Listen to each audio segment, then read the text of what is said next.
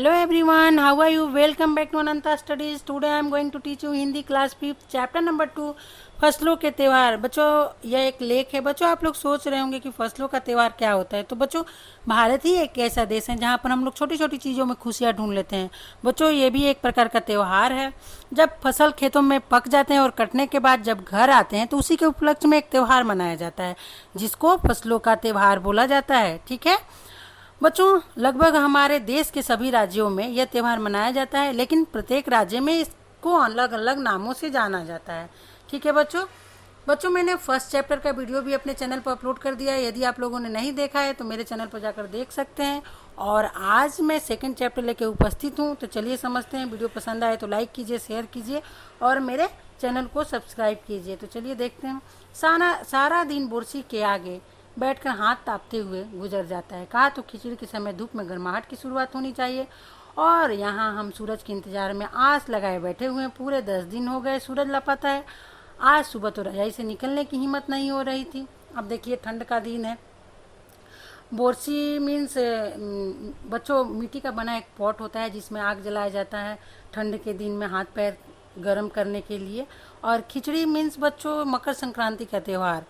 Bihar side में इसको खिचड़ी के नाम से भी जाना जाता है। ठीक है, तो उसी दिन के बारे में यहाँ पर बात हो रहा है।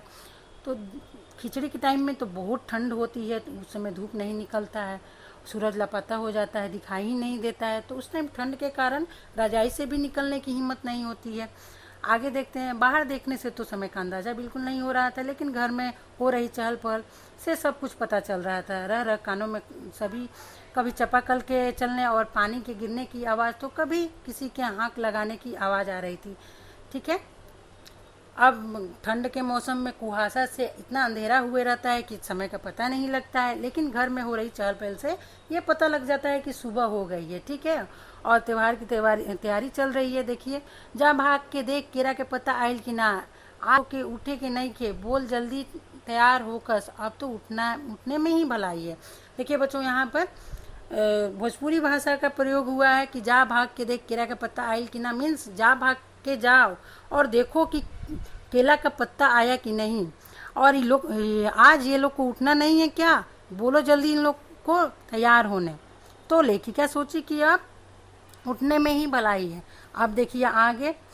नहा धोआ कर हम सभी एक कमरे में इकट्ठा हुए। दादा और चाचा ने क्या सफ़ेद चकाचक मार डाली धोती और कुर्ता पहना हुआ है।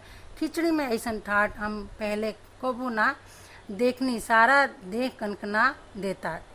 देखिए ठाट मीन्स ठंड। इतना ठंड है खिचड़ी में कि इनमें कनकनाहट है। ठंड इतना है कि हाथ पैर में कनकनाहट आ गई है। तो ऐसा लेखिका के पापा बोल रहे हैं कि ऐसा ठंड कभी नहीं था, लेकिन इस बार ज़्यादा ठंड है। शायद आज धोती में उन्हें ठंड कुछ ज़्यादा लग रही थी। सामने मछिया पर खादी की सफ़ेद साड़ी पहने हुए दादी बैठी थी। आज दादी ने अपने बाल धोए हैं। झक सफ़ेद सेमल की रुई जैसे हल्के फुल्के बाल। गौर से देखने पर भी एक काला बाल नज़र नहीं आता। बिल्कुल धूली धूली सी लग रही हैं दादी।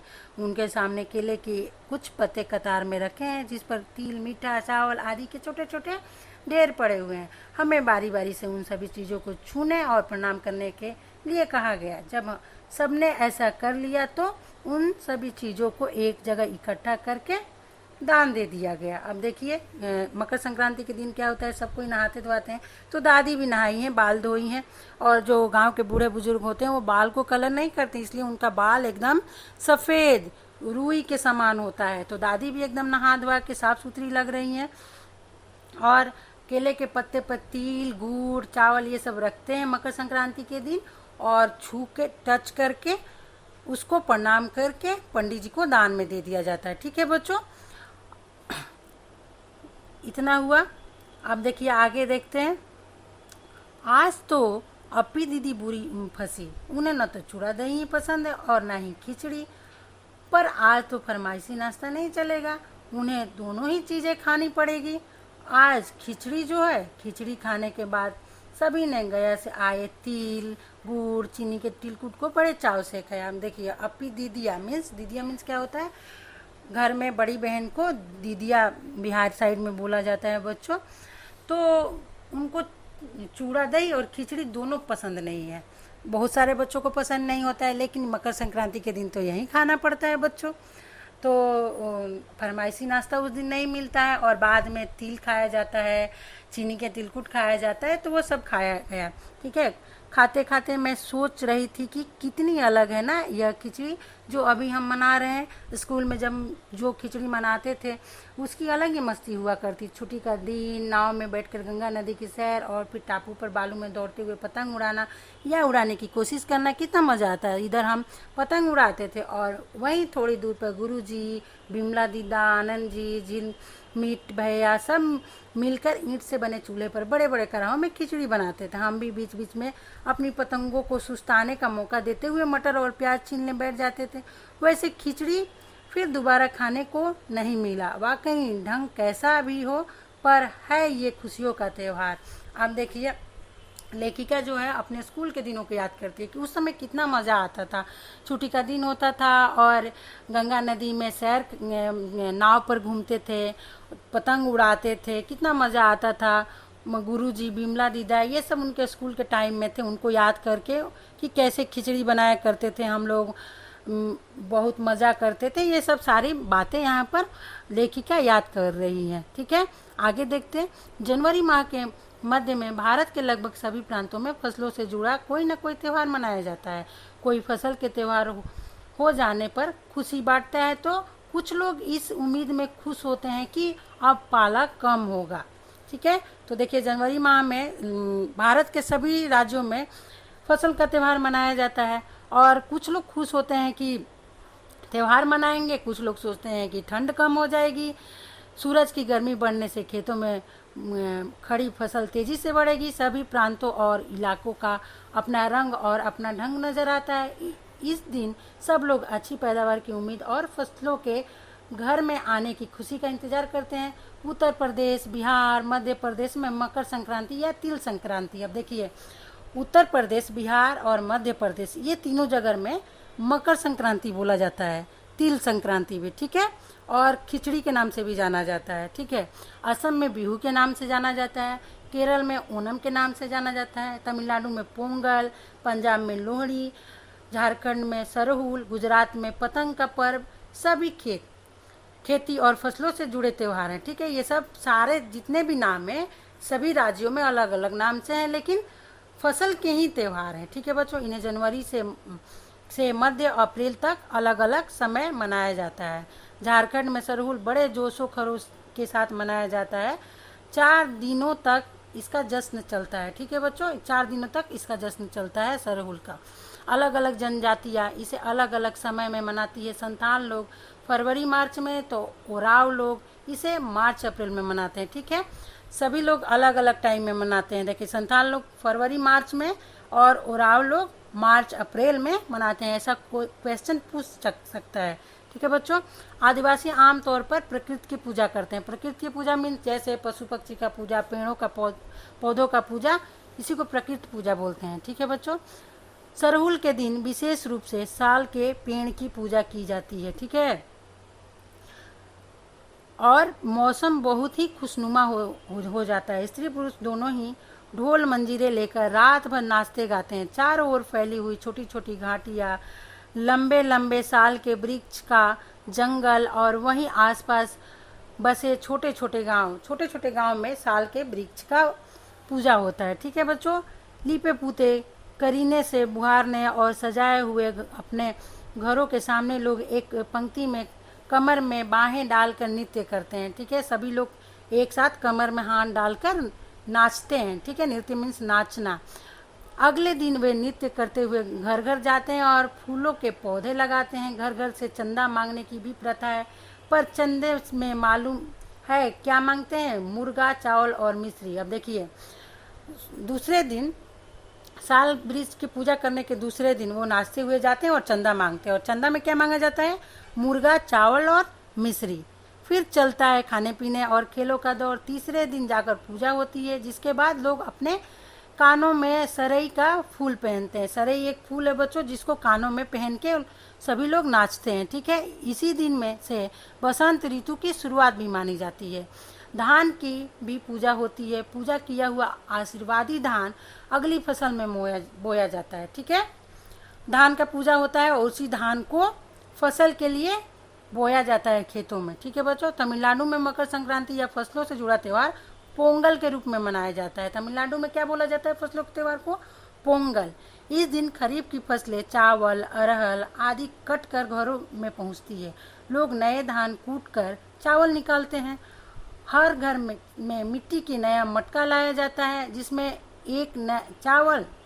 नए चावल दूध और गुड़ डालकर उसे पकाने के लिए धूप में रख देते हैं। अब चावल, दूध और गुड़ मिट्टी के बर्तन में डालकर धूप में ही रख देते हैं और वो धूप से ही पकता है।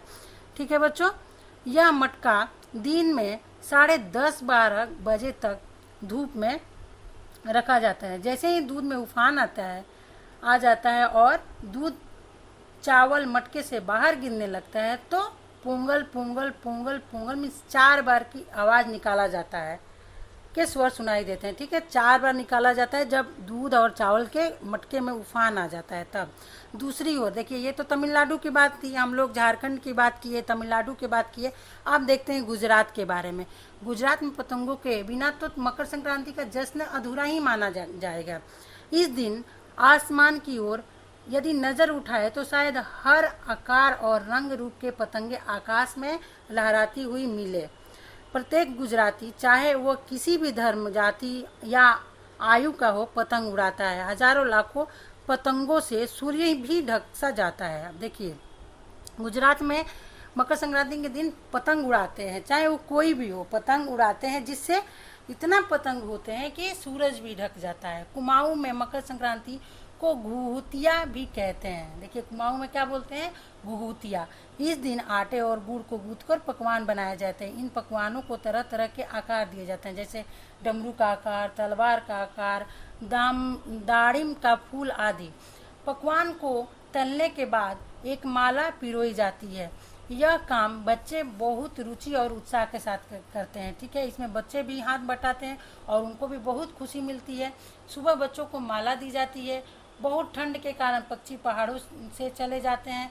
उन्हें बुलाने के लिए बच्चे इस माला से पकवान तोड़ तोड़ कर पक्षियों को खिलाते हैं। अब देखिए, पकवान का माला बना के और बच्चों को दिया जाता है। और जब ठंड होती है तो पक्षी कहाँ चले जाते हैं? पहाड़ों की तरफ चले जाते हैं। तब बच्चे पंछियों को बुलाने के लिए उन माला से पकवान तोड़ तोड़ कर पंछियों को खिलाते हैं। कौवा आओ, घुमतू आओ, ले कौवा बड़ो, मकै दे जा, सुनो का घड़ो खा ले पूरी, ऐसे बोलते हैं बच्चों और पंछियों को बुलाते हैं। ठीक है, इसके साथ ही जिस चीज़ की कामना हो वो मांगते हैं और जो कामना होती है, जो मन में इच्छा होती है, उसको मांगते हैं।